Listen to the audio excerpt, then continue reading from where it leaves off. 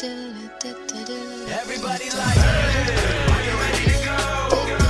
Ready to go? Everybody like, hey. Okay, alright, what is good, y'all? Soul here, and welcome back to my story mode. So, I'm sure that you've seen the title, you know what we're hopping into. Today, we're gonna be doing a very simple, laid-back, kick-back kind of review for No More Heroes 3. Now, let's get a couple things clear here. For one thing, originally, this video that I'm doing right now was originally supposed to be a halfway point marker. I was getting halfway into the game or so, or at least I got a good quarter way in, and I was just like, maybe I should start grabbing some gameplay just in case, so that when I decide to do, you know, my little, like, discussion on how the game is so far, I have the gameplay to do so. And then I got sucked into the game for an entire day, and I did not get up, and I beat the entire thing in under 24 hours. So, I was like, okay, this is a full-fledged review right now. That's not how I intended for it to happen, but that's how it's gonna be.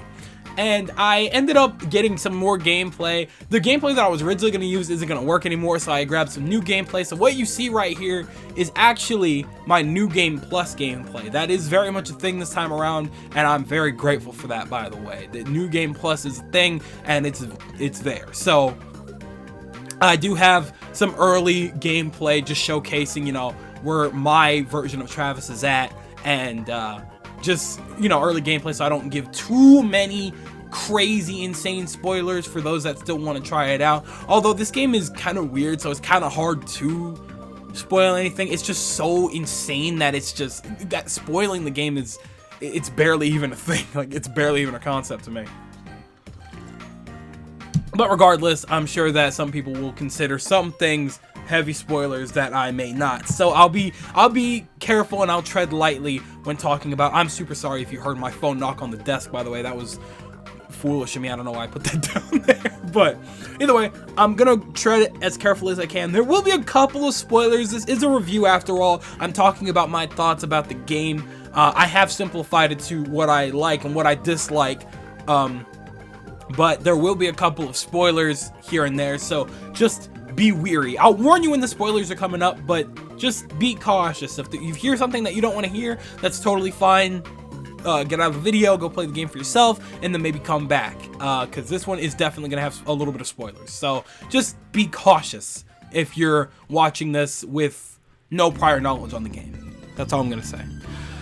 So let's talk about the game for a second. For those of you that are coming into this video, you don't know what No More Heroes even is. Well, this is the third installment in the series, or at least that's what the title says, but this is kind of a, oh god, this is another one of those situations where this is actually not technically the third installment. It's actually the fourth installment in the No More Heroes series. There was No More Heroes 1, No More Heroes 2, Desperate Struggle, and then there was No More Heroes, Travis Strikes Again, which unfortunately we have to acknowledge as relevant to the story, especially since it plays a little bit of a role in this game. It's not heavy, but there's some things here and there that if you didn't play Travis Strikes Again, you may not know about, okay? So, just saying, unfortunately, even though I wouldn't recommend going out of your way to pay, like, full price for that one, maybe wait until it's, I don't know, a really heavy discount, personally.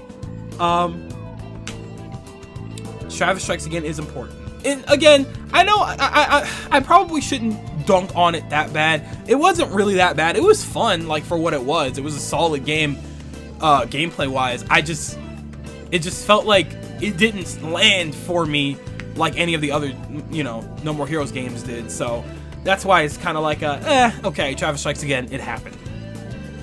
So for those of you who don't know what No More Heroes in general is about, the general gist of it usually happens like this. This is how it's been for all the other No More Heroes games as well.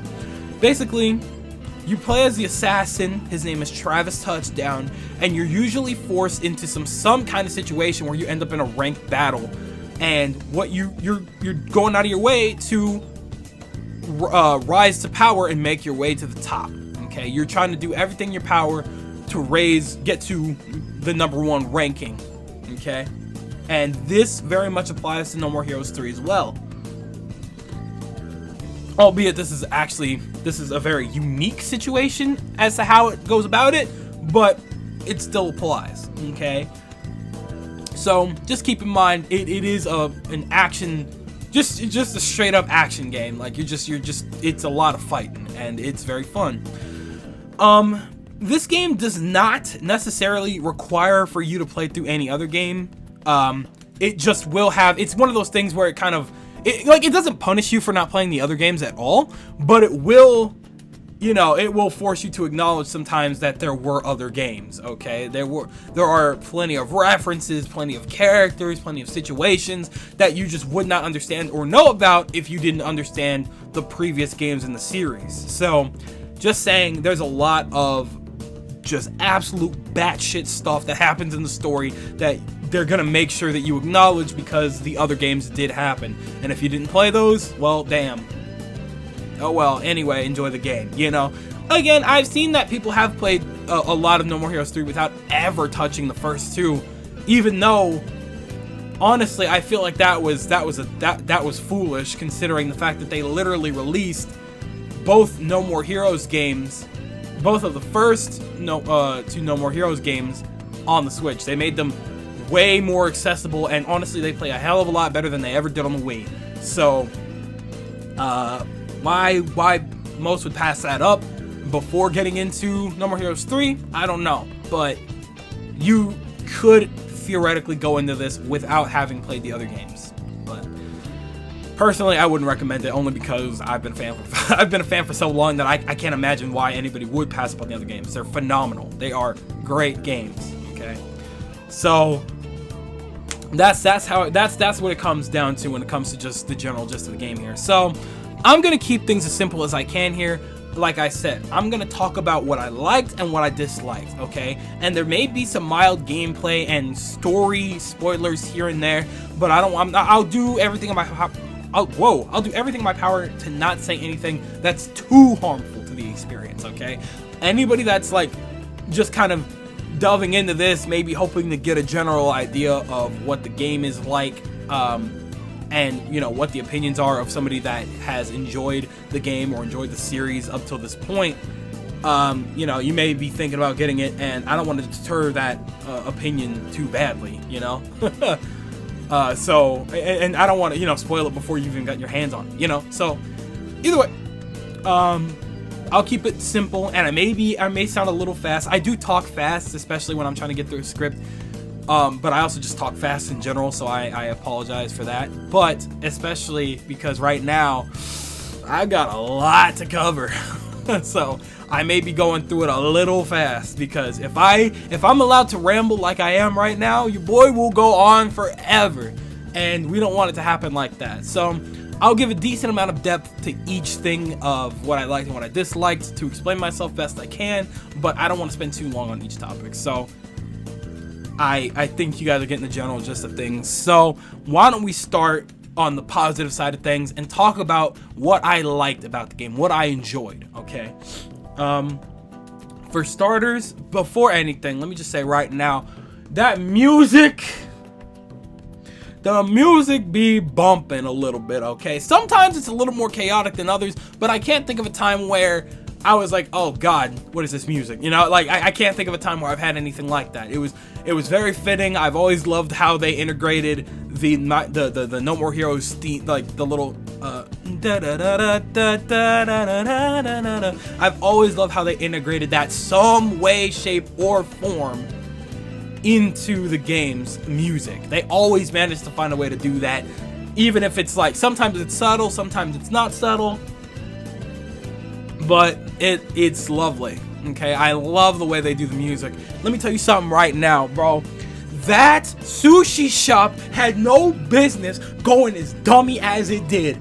That was a freaking banger. Once they go ahead and drop that on, if they ever decide to put the No More Heroes soundtrack on Spotify or Apple Music or whatever, you're always gonna be first in line, son. I'm gonna be right on there trying to get that sushi theme on my playlist. I ain't playing games, bro.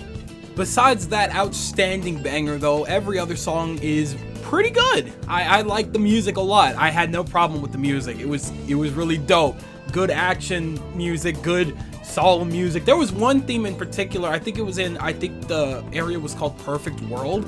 I really like the casual overworld theme there. I don't know what it is about that theme there, but it's a weird, like, serene for whatever reason. I don't know what that is, but I like it. And then there's also the music that they use for, like, the introductions to each, I guess, episode, if you want to say it like that. They have, like, that vintage type situation where they had the theme playing at the beginning of every episode, you know, where they were introducing all the voice actors, whatever, and then they had the it was like a little rock version, but it was good. It was nice. I liked it a lot. I enjoyed that. Good music. Good music. They did very good this time on. So, moving on here. Just dive right into the main point, which is the combat. Let me tell you right now, that combat, the fighting, the action, the insanity of the combat was absolutely divine. It was divine. It was so well made and so crafted. They made it truly feel like No More Heroes was still No More Heroes in a new direction. I loved the flow of combat, okay? Every time I was engaged in combat, every time I had the opportunity to fight some kind of enemy, I was so engaged and I was just so in it. It felt so good that it's not even funny. All right, the way Travis flows, the way he moves around this, like, in the other games, when you really look back at it, the age of the games do kind of show, because he does feel a little stiff sometimes, especially in No More Heroes 1. And then in No More Heroes 2, it got a little better. You know, he loosened up a little bit. You know, he's jumping around a lot more. He's using these different katanas to move around a lot more and do these really crazy combos, whatever. But here, the combos look just... oh my god, they feel like a different game sometimes. Like the way Travis moves is so much more natural in this one, and it looks and feels so satisfying to land a full combo.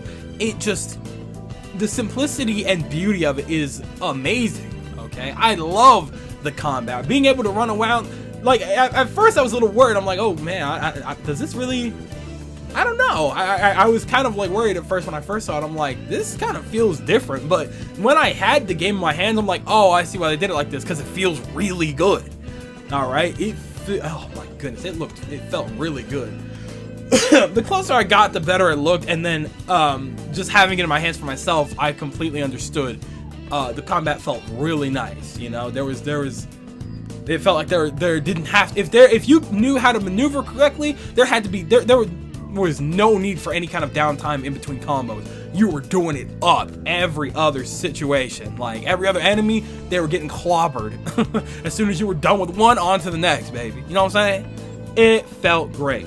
I love the combat. And then tacking onto that, the death glove that you use as part of the combat was phenomenally useful. Okay, there was only 4 functions. I'm gonna say it like that. Sorry if that's like a spoiler, but I mean it. We saw it from the gameplay, and he told us himself. Suda told us himself in many interviews, and he showed it in the gameplay, that there was only 4 functions to the death glove, and he even told us what they are. There's the drop kick. There's the time stopper when they're too close to you. There's the sidekick, like pick up and throw, like you could just push them away, like the force. And then there was the ring of lasers that would pop. Like you would throw this thing and it would form a ring, and it would shoot lasers in the middle of it at the opponent if they were inside that ring. Now at first I was like, oh man, I'm probably not even gonna use half of these, but during combat they are absolutely clutch. Alright, sometimes I'm getting just super low in health, and then I'll remember, I'm like, oh yeah, I have the death glove. And then, you know, an enemy's about to attack, they're about to do something crazy. I'm like, nope, I force push their asses away from me. I need to heal or something, or at least get my bearings. You know? And then if I want to do some serious damage to finish off an enemy, or just to do a lot of damage, or to just really just knocked them off their game. The drop kick is beautiful if you can time that correctly. That one always feels super good to land. And when you get that that bonus upgrade to take away how long it takes to what's the word? Refurbish, refill, reuse. There's a word. Cooldown. When you lower the time it takes for it to get to cool down on the attack, you're doing it just over and over again, and you're not even thinking about it, and it becomes so useful and so helpful that it just becomes a part of your combo flow at one point, and you're like, you're not even thinking about it anymore. It's just like, oh yeah, I use that all the time. You don't even think about it, and it's great.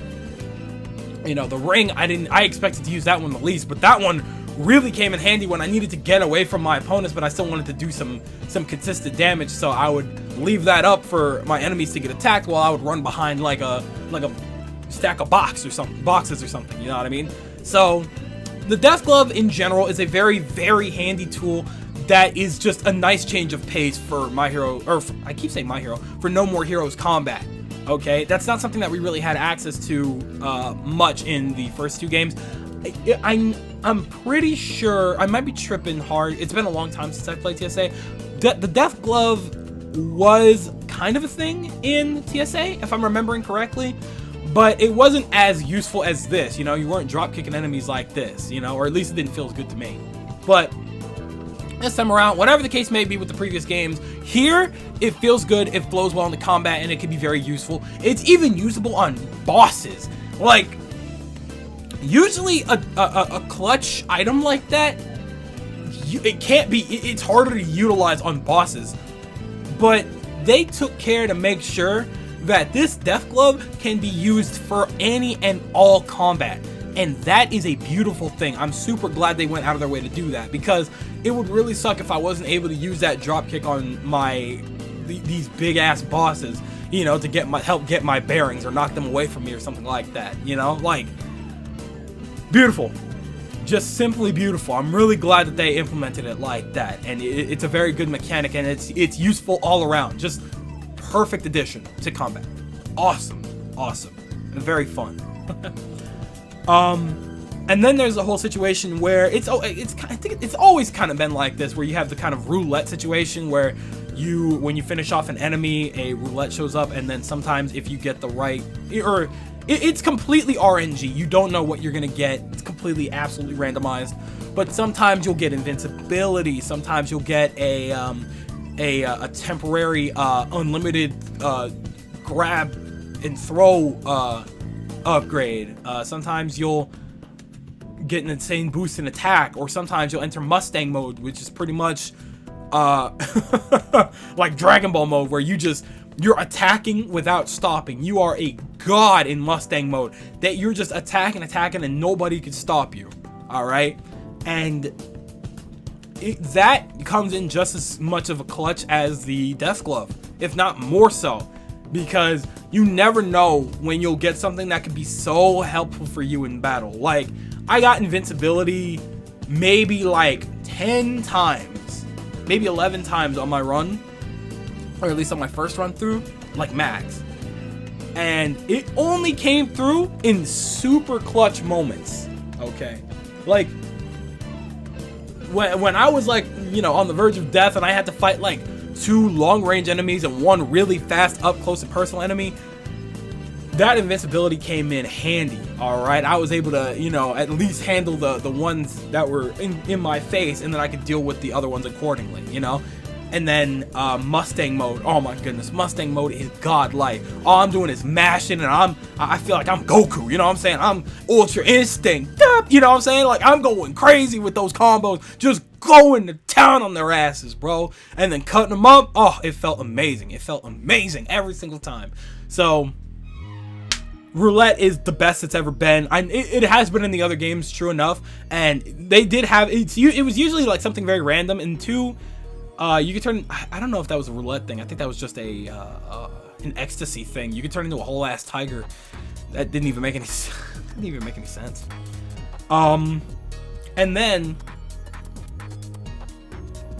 to top it off, when it comes to just awesome, very clutch things in combat, the roulette also gives you access sometimes to Travis's tech, and he has this thing called the Henshin, and basically what that is it's his like his personal Gundam tech suit. Like, he looks like a Gundam, straight up. Like, he looks like a Gurren Lagann character. He looks straight out of Gurren Lagann or Gundam. Like, he's got a whole mecha suit for him that he can summon at any time he wants. Gameplay wise, obviously we have to meet the certain requirements, which is usually the roulette, or if we're fighting an enemy like out in space or whatever that requires us to utilize that suit. But in battle, you can, you know, if you get the roulette, you can call upon the suit, and it has two different forms. There's a form where you just shoot and just blast everything away, or there's a form where it's kind of like green, and it's kind of like an overpowered, just a more powerful Travis, pretty much. You're swinging your blade a lot faster. You can move around and maneuver a lot faster. You have whole ass moves. You have an entire Tiger Punch situation. That's dope as shit. Like, it's just cool. It's just awesome. And it makes sense for him to have access to this because there's characters that build stuff for him like this all the time. You know, he has access to his friends like Naomi and stuff like that always upgraded his equipment and gave him things like this. So, whatever the case may be, they made it so that it makes sense for you to have access to it in combat, but not so overpowered that you could just use it whenever you want. And it just makes sense, you know? Travis doesn't even... It seems as if Travis doesn't even really like to rely on that suit for, you know, situations that he deems it unnecessary to use, you know? Like, there's been plenty of fights where he was just like, nah, come here, you get to taste the Bloodberry personally, you know? That's the name of his beam katana for those that don't know. All right, so he has this whole ass Gundam suit. It's really amazing. It feels really good to utilize. There's some situations where they take you into space and you have to use it to battle, like you're kind of like, oh boy, I don't know how to explain those battles. I'm sure one will pop up on the screen here and you'll definitely see it. I'm moving around and I'm blasting the enemies with a ton of rockets and things like that, and I'm jetting around trying to avoid their attacks in very unique ways, which is also very, very awesome battle setups too, by the way. Love that. Love that they did that. Not even gonna scoff at that. That was sick. Alright, usually I don't like space battles of any kind, but they did it very well here. I very much enjoyed that. And so, in general, the Gundam tech suit, awesome, dope. I'm sure that is a straight up Gundam reference. And I'm here for it. I'm super here for it. That thing is so sick. And they made it usable often enough to where you don't miss it for too long. Like, you don't get access to this godlike power only at the end of the game or anything like that. Like, yeah, if you battle often enough, you'll use it often enough. Like, it just happens like that. So, very awesome. Very awesome. So, love that. So, let's move away from the gameplay a little bit. We'll come back to that in a bit. But for now, why don't we talk about that progression system for a minute, okay? Personally, I think this progression system is nice and possibly the best progression system that we've had to date, okay? Now, in the previous games, usually to upgrade, it would just be a matter of getting the money you needed and then training. That's it. Like, it would just be, alright, you can buy a training session in the first game with your master Ryu, and you could just get stronger. In the second game, you can just, it's the same exact concept, except, you know, like, in one, you were like, oh god, I need that money so that I can progress into the next, you know, fight. So you would get that money first, and then you would take on the next rank battle, and then you would go level up at the gym or whatever, or vice versa. Maybe you'd level up at the gym first, get those payments out of the way, and then you would go to the next fight. And then in 2, you had the situation where after every ranked battle, you had the opportunity to rank up your stats again, either your stamina or your strength. And it was just a series of like 2D mini games. You know, most of the games in 2 that were jobs or upgrades or whatever were just 2D mini games. And I'm sorry, 16-bit, or maybe more, 18, whatever. But this time around, it's just fighting. You get this other type of currency. I forgot what it's called specifically. It's like Zen? I forgot what it's called.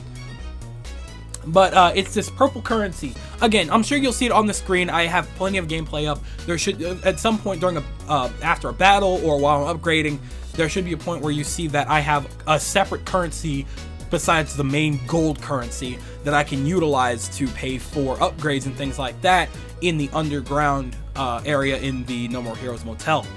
And you can upgrade that. You can upgrade your stamina. You can upgrade your power, your attack power. You can update you can upgrade how much stamina your katana has. You can upgrade to get new attacks and abilities, and you can also upgrade the cooldown on the Death Glove, which is super important. That I learned late.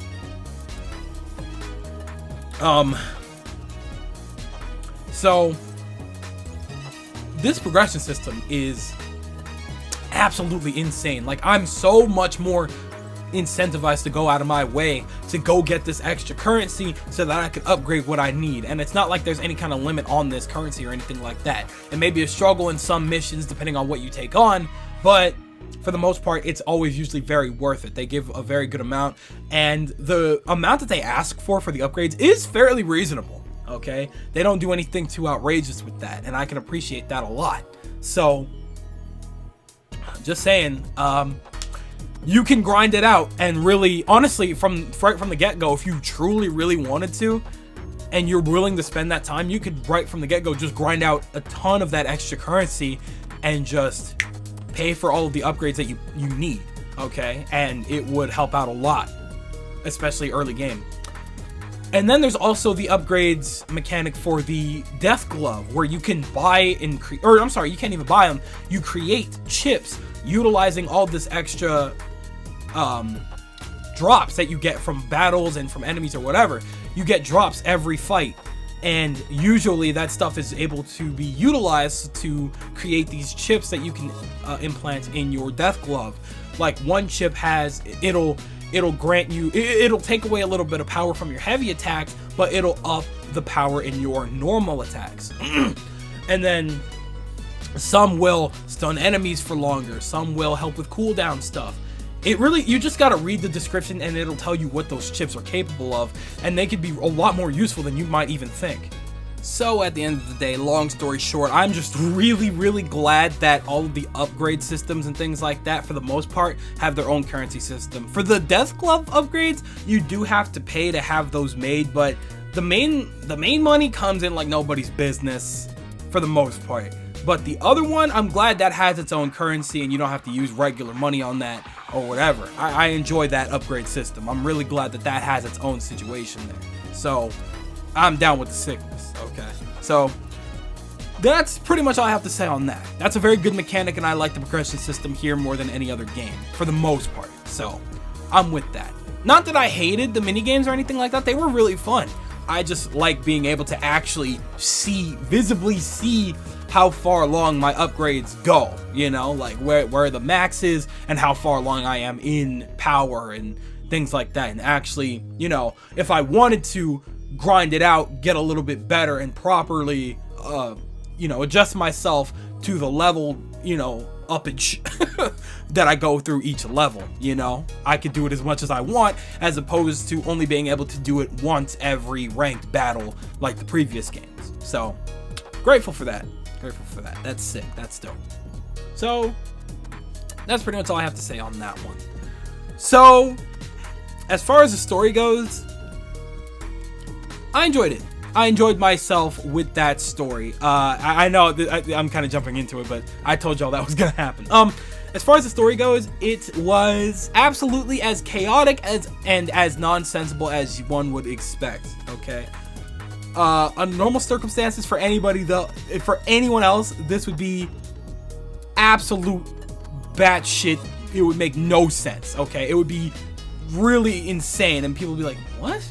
What is this?" But for anybody that's coming from the series, like the original 3, you know, like moi, you would understand, like, oh yeah, this is 100% a Suda51 passion project right here. This is the epitome of what Suda likes to do with his situation. This is how he likes to get it done with his games, okay? This has been true for all the No More Heroes games, and this has also been true for every pretty much every other Suda51 game. Y'all ever played Lollipop Chainsaw before? It's ridiculous. It's ridiculous style of storytelling. It's weird. They make almost no sense sometimes with, you know, the way they quote things or whatever, and there's a lot of references. There's just a lot of references to, in this one, just like 80s style movies, anime, and things like that, or even, I think, 70s as well. So, it's just a cesspool of references, and it's bonkers, but there's an energy about it that you just can't help but love, okay? It's insane, and that's exactly what I expected. I went in knowing exactly what to expect from this game, for absolutely nothing to make sense, but for everything to be exciting, action-packed, and just filled to the brim with references of other video games, movies, anime, things like that, you know? We got Gundam, we got a bunch of Miike movies, you know, or what was his name, Takahashi Miike? You know, references to a lot of his older movies. It's all over the place. It's just sprinkled in with just things that Suda loves, and we love to see it. We love to see it. And those that are coming into the series like that, those that are like, you know, coming back, you know, from the first two games, or first three, I guess, you already knew what this was about. You already knew what the situation was. For those that are new, good luck understanding. It's precisely why, to, you know, get a real level on your expectations, is why it's so heavily recommended that you play the first two. That's the only way you're gonna have a clear, solid, fair, valid, like, recommendation when it comes to what to expect from this story, because it is just nonsense sometimes, but it's weirdly lovable, and there's nothing to be explained there. There's nothing to be explained there. So, whatever the case may be, I liked it.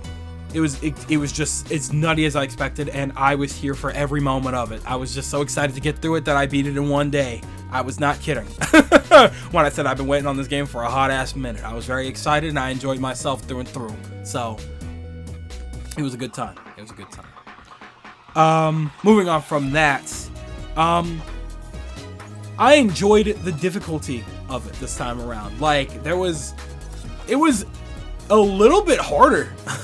Even on normal, like, I was playing on normal for my first playthrough, and even then it was a little bit harder, especially when you didn't upgrade. Like, it took me a minute because I didn't realize that I had the upgrade system. I didn't know that was a thing until like a couple battles in. So I was struggling a little bit trying to, you know, deal some damage and whatnot, but then I learned about the upgrade system. I was like, oh, okay, cool. But even with that system in play, your boy was struggling a little bit. He was getting his ass whooped. But I'm not too mad about it. It was really good. I love the way they did that.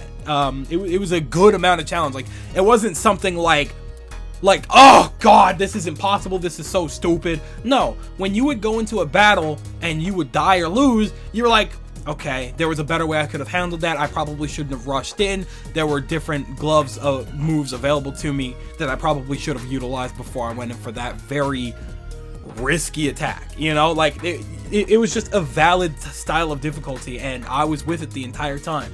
So, quite honestly, difficulty, I was here for it. Every single step of the way. Was down with the sickness. So, very good. Very well done.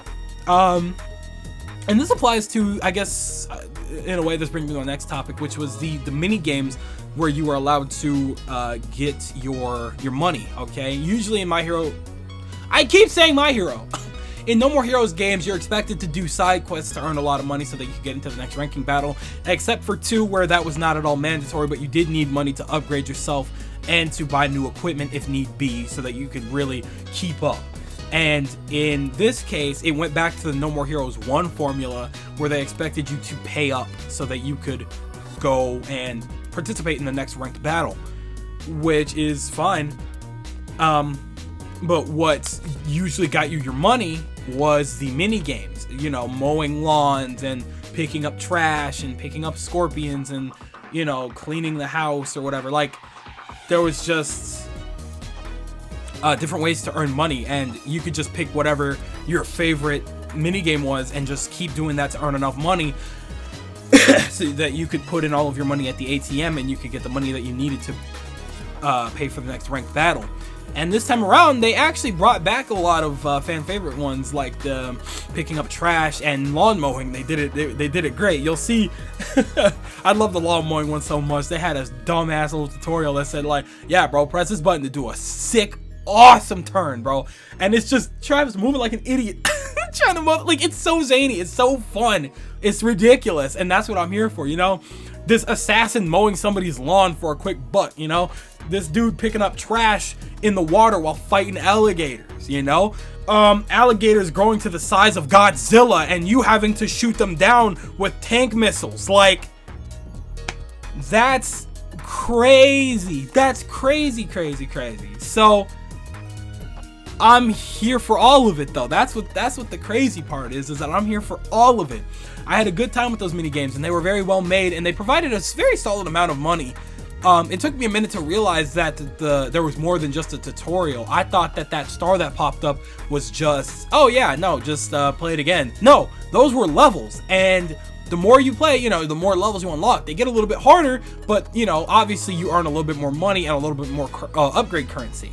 So they're worth doing again, and they are fun. I had a lot of fun doing those. Once I learned and got an idea and a grasp of what I was doing, it was a good time. So awesome way that they handled that. Awesome way that they handled that. So, moving along here, the final thing that I need to mention is just the fact that the boss fights were some of the best in the series. Okay, when I was talking about how well those fights were done, easily the best part about them was getting to use all of your techniques that you learned in the boss fights. The boss fights were so much fun. They were so well made. Each enemy is very unique in how they attack you and how they get around and how you have to maneuver around them. It is very fun. The boss fights were easily the best, some of the best fights in the entire series to date. There were some that outclassed others in the previous games, but in this case, for the most part, I really enjoyed the boss fights here. They were a lot of fun, and I enjoyed myself immensely with every single one of them. And I gotta say, that was probably the best part of the game, which is why I saved it for the last part here. So, overall, very amazing time. I love those boss battles, and it's part of what made this game really great. Definitely. Easy. So, that just about does it for all the upsides. I need to get a move on here. So now we're going to move right into my dislikes. What was I not here for? What wasn't it for me? Well, for starters, they somehow managed to nerf the outfit changing for Travis this time around. What I mean is, in the first game it was very simplified. I believe you were only really able to change your t-shirt and maybe your pants. I don't remember 100%. I just know that it was kind of limited, but it was still okay. In the second game, they very much improved on that, like a lot. Like, they made it so that you can straight up like change your jacket, you can change your pants, your shoes, your shirt, everything, your glasses even. They went balls to the wall with that customization, and you could change up entire jackets that Travis didn't even own originally. I put on like this green like hive sweater thing that was completely different from his regular coat, but I love that design so much that I always buy that one every time I play No More Heroes 2 because it was just my favorite coat. This time around though, they nerfed it a lot. Like, you can only either take off his jacket, put the jacket back on and change the shirt, or you could change the entire outfit all in one go to one specific outfit, whether it be the outfit he was introduced in, or the F racism outfit, or there was one other one, but he wears like Crocs or sandals or something. I wasn't a fan. I wasn't a fan. But it seems very linear this time around, and that kind of sucked. Like, I really liked that they give you options for all of the different shirts. Like, there's a lot of different shirts that you can unlock, but for the most part, it's really weird that I can't just change my jacket into something new. Like, why can't I get a new jacket? Why can't I have access to some of the jackets that you guys made for No More Heroes 2? Like, what the hell? I like those coats. So, I don't know. I feel like it was very limited. Why would they? I don't know why they did it like that. That was really weird, but whatever. I guess it is what it is. Moving on here.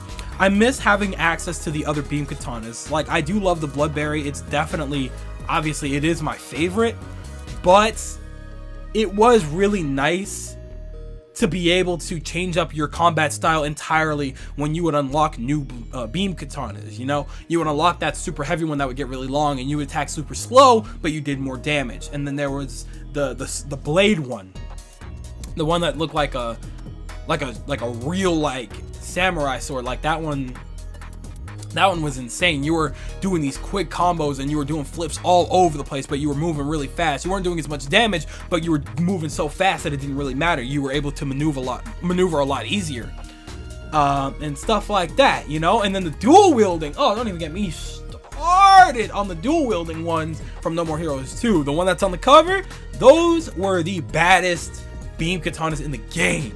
Easy. They were so sick, they were so fun, they were so fluid, and you felt like you were a god. All right, I never took those things off. Those felt so good. The flips, the combos, it felt so good. And I miss having access to just change up entire movesets when changing katanas. This time around, they only made it so that you could use the Bloodberry. Again, it's fine, and you can unlock more moves and combos for it. That's cool and all, but there was just something about having access to other beam katanas that made it really fun, and I'm gonna miss that. It's really disappointed that they didn't add that this time around. Like, for what? Like, why did you guys hold back on that? Like, I don't know. I feel like it would have been fresh. Maybe it's because they implemented so much of this new combat system with the Death Glove and the upgrades to the combos and stuff that they were like, we don't need other beam katanas. That would make things more complex. That would make it more annoying. So, on one hand, I get it, but on the other hand, I'm still kind of disappointed because I really did like having those other beam katanas. They were really fun to use, and I felt like it would have added to a very nice system here. But if you couldn't do it, you couldn't do it, and I can't get mad at that. So, it is what it is. There is one... Moving on here, sorry. There's one area in particular that I just hate about this game. And it's the Call of Battle area. This is a very obviously a reference to Call of Duty, but there's an entire area that has this like vintage filter over it when you traverse through it in the overworld, and it looks it's fine. It looks okay. Like, it's for the first 5 minutes, it's cool. But then you're like, okay, does this turn off or am I stuck here? And then you are forced to spend like a solid like half hour running around and getting money while staring hard at this filter, and it's like, maybe for other people it's whatever, but me personally, I find it completely unnecessary. I get that it's a reference, but I found it completely unnecessary, and it hurts my eyes. So I hate being in that area now, and that sucks. That really sucks. And thankfully, I was just thankful that when I would go into battle for the when I had to go out of my way to battle so that I could earn the points that I needed to finally just get the command to go get the money, whatever. I don't know how to explain those crystal things that you would go into and just battle. When doing those, I was just thankful that that filter didn't transfer over to those battles too, because fighting with that filter on would have been horrible. However, unfortunately, that does not apply to the side jobs. If you were to do the side jobs out there, like shooting down the alligators in the sea, that filter is still very much present, and it's very annoying.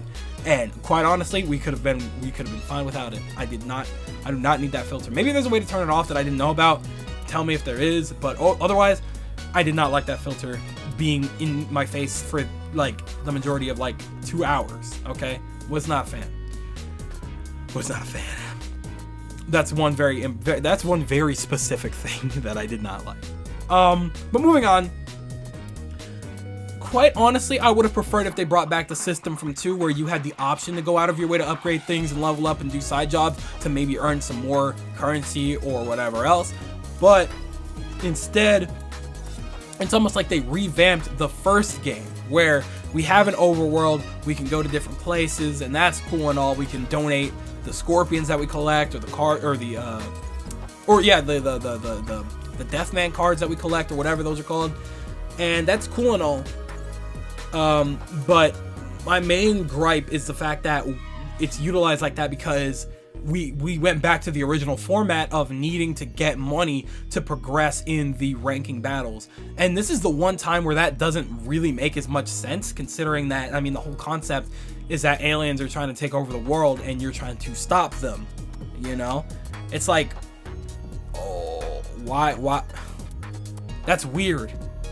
Like, obviously this main enemy does not care about currency. Like, it doesn't, I don't know. It just doesn't make any sense as to why. Again, I know it's not supposed to, and it's supposed to be zany like that so they can do whatever they want. But at the same time, it just makes it more frustrating when you really think about it. It's like, why did they do it like that when you're supposed to be fighting to save the whatever. It wasn't the worst. It's definitely a lot better than it was. It's definitely a hell of a lot more bearable than it was in the original game, where you had to spend so much time doing one side quest over and over and over again just to earn enough currency so that you could get through the game without wanting to shoot yourself. This time around, it's a lot easier to earn the money because each battle that you do nets you a solid 5,000 to 6,000, you know, currency that you need towards your ATM fee. Jesus. So, me personally though, I would have preferred it if that wasn't there. I liked having the option to go out of my way to do whatever else that I wanted, and then just go participate in the ranked battle, not having to worry about that ATM fee first. You know, again, wasn't nearly as bad, but I would have preferred it if that just wasn't there. But hey, maybe that's just a me thing. Maybe everybody else did prefer it, but I like the way they did it in No More Heroes 2, where it was completely optional. It felt better going out of my way to get things, but this time around, I felt like I was wasting money when I should be putting that towards the ATM fee, you know? So it was a little frustrating. I did say this something very similar in my my final thoughts before No More Heroes 3 video. But either way, it is what it is. It's a done deal. Can't really do too much about it. Moving on here. I'm moving into spoiler territory a little bit here. I'm going to be honest, so be careful treading along here. If you want to leave now, go ahead. Cool. Spoiler territory. In the story, again, I know it's supposed to be zany and ridiculous and absolutely batshit crazy, but I don't know if I'm I don't know if I'm a big fan as to how they dealt with the whole killing off, you know, the enemy before Travis gets to fight them multiple times situation. One time, it's like, oh, damn, okay, that sucks, you know, but after like the third or fourth time, it loses its magic there. It's like, okay, stop doing that. These are characters that came to Earth. They were literally in the rankings officially, and then they involve these people that completely are just unrelated to the ranking battles of this battle to save Earth or whatever, and you introduce them as friends of the main villain, and they just whatever, they just die out of nowhere. And it's like, bro, why did you do that? Whatever. Again, the first time, fine, whatever, that makes it seem crazy. The second time, it's like, you just did this. The third time, you're like, okay, stop. The fourth time, I was like, bro, cease. That's enough slices. I'm through. God, I don't understand why they did it. And while I can understand on some aspects as to why, you know, it was funny and fun to do it like that, it took away. It's just like, bro, y'all are hyping up these enemies, and for what? To fight somebody completely unrelated. It's like, what? I don't know, just not a fan of how they did it like that. Maybe that's just a me thing. And then to top that off, this is the last, like, I think, is this the last spoiler thing? Yeah. This is the last of the spoilers here. I just wasn't a fan of how they inconvenienced other characters so that they wouldn't get too much in the way of the story for Travis. Like, the way they took them out. I'll try and avoid spoiling it too much, actually, because that's pretty early on, and you know, anybody that wants to see that, they can. Just the way that they inconvenienced other characters really just didn't sit well with me. You know, I don't know. It seemed too obvious. I don't know. I just wasn't a fan of how they did that, and just kind of like kicked them to the curb for the game. You know, they didn't need to do it like that. There's a lot of characters that would have made for really cool summons or something like that, but instead of implementing a mechanic like that, they just said, oh, piss off, you're not important for this story. It's like, okay, sure, why not? Fine. I get it, you're nuts, but come on, that's nuts. Whatever. So, okay, moving completely away from story spoiler territory. Let's just talk more about the gameplay itself. There's only 2 more things that I need to really talk about here, and one of them is the fact that some of these enemy types are extremely annoying sometimes, okay? Like, there was a very unbalanced, frustrating mix when trying to fight some of the enemies. Like, at first it was bearable because there wasn't, they weren't all that strong and you could get through them like nobody's business. But when you get later in the game, these enemies get extremely bulky. Some of them are extra bulky and they hit mad hard. And again, keep in mind, I was playing on normal for my first playthrough. I was like, damn, they took half my health with like 2 back-to-back attacks that I couldn't dodge. It's like, what? What? Bro, come on. That's ridiculous. I just thought it was absolutely insane that they had that much power behind them and they had that much bulk behind them. And then it was a mix usually of having to deal with up close and personal enemies and enemies that were long range. And so I'm trying to deal with an enemy up close and then I'm getting sniped from the back. And I'm like, well, what am I supposed to do here? There's only one of me and I can't summon any help. So I have to like just keep running around dealing minimal damage to them until I finally kill them. Thank God there's no time limits, because otherwise I would have lost a lot of challenges. Because my God, they take so long to kill after a while. And this is, again, after I upgraded. Some of these enemies just get extremely bulky. Like, I don't do the worst damage, but these enemies just get meaty, man. So, word of caution, focus on upgrading your power as much as you can so you can keep up, because if you don't upgrade that, you're going to be in some real trouble. Your health too, focus on that, okay? The beam katana, you can charge up as much as you need, but everything else, upgrade that. Upgrade. It's so crucial to keep up now, because those enemy types are just unbalanced sometimes. Sometimes they're fine, whatever. Sometimes they're bearable, but sometimes it's like frustrating having to deal with an invisible enemy that jumps around all over the place and you're missing half your attacks. And then while you're trying to attack them, you get attacked from the side, the back, and everything from an attack you didn't even know was getting loaded up that you can't see because you're facing an entirely different direction, because this enemy that's jumping on you is in your face. And it's like, that's insanely frustrating, dog. Please with that, please. So it did get a little frustrating sometimes, and that did kind of upset me for the most part. It wasn't the worst thing in the world because it was still fun to fight for the most part, but that did get a little frustrating sometimes, and I had to like, sometimes I would lose and just had to like lay on the floor for a minute because I was just like, all right, I'll deal with this in a minute. Let me just catch my breath, for God's sakes, because there was just so much happening. And then the last thing here, I think I skipped something. No, I didn't. I just deleted it entirely. Wow. Now, the last thing here that I wanted to talk about was another thing that I missed from the previous games, which was being able to just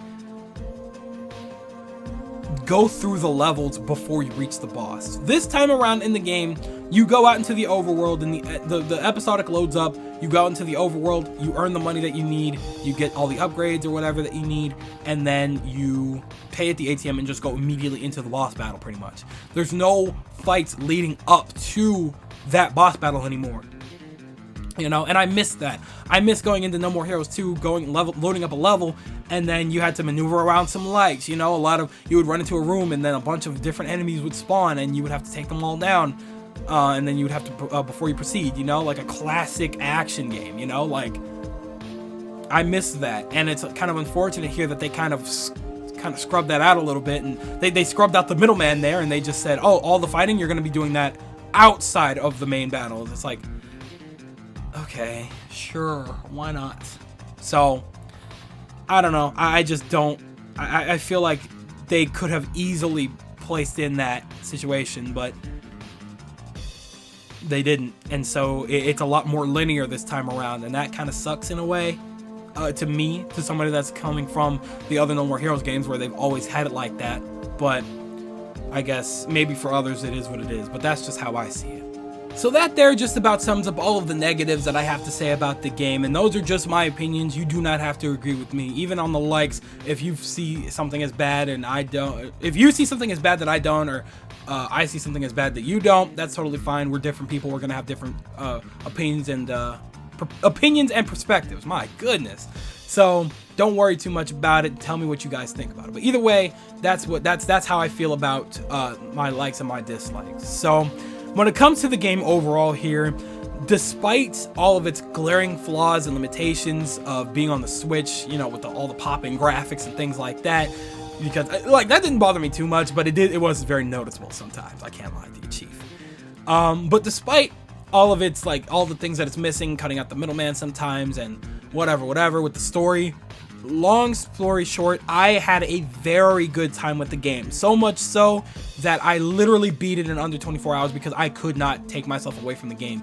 I had that much fun with it, okay? Again, it wasn't perfect the entire way through, but it was really fun for what it was. And I think it is a beautiful, solid entry to such a beloved series, and I'm probably going to end up playing through it at some point very, very soon, considering how short it is. And I just want to see how much else I could do with it. There's a lot of collectibles that I want to get still. There's a lot of other t-shirts and things like that that I still want to get my hands on and things like that. And I want to see how much I can do, okay?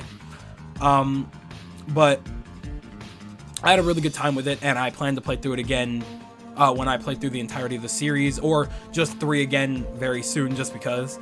And yeah, it was a good time, and hopefully a lot of you guys are planning to pick it up too, but hopefully you guys have played No More Heroes 1 and 2. Even if you haven't, it is still a very good time. It's a very good, solid, fun action game that I think that a lot of people will enjoy, despite its very balls to the wall humor and zaniness. I think a lot of people might enjoy that too. So if I were to put it on a scale to have to give it some kind of score, I would go ahead and give it a solid 7.5 out of 10. You know, it's far from the perfect title, like far from it. It's not the best title on planet Earth. However, that's kind of what's beautiful about it. You know, there's an energy here and a love here from Suda51 and the developers under him that you cannot possibly get with any other game. Yes, it's crazy. Yes, it's balls to the wall. Yes, it doesn't make sense a lot of the time. Yes, it's just absolutely insane. It's just a nutty title in general, but there's a lot of like ridiculous references and characters and just situations, and yet there's a love and a passion for every reference, every mechanic, every character.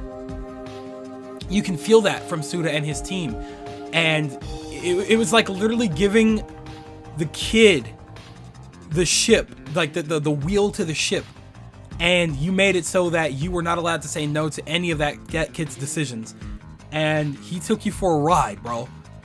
It was an insane ride, but it's what you expected, and it was fun, okay?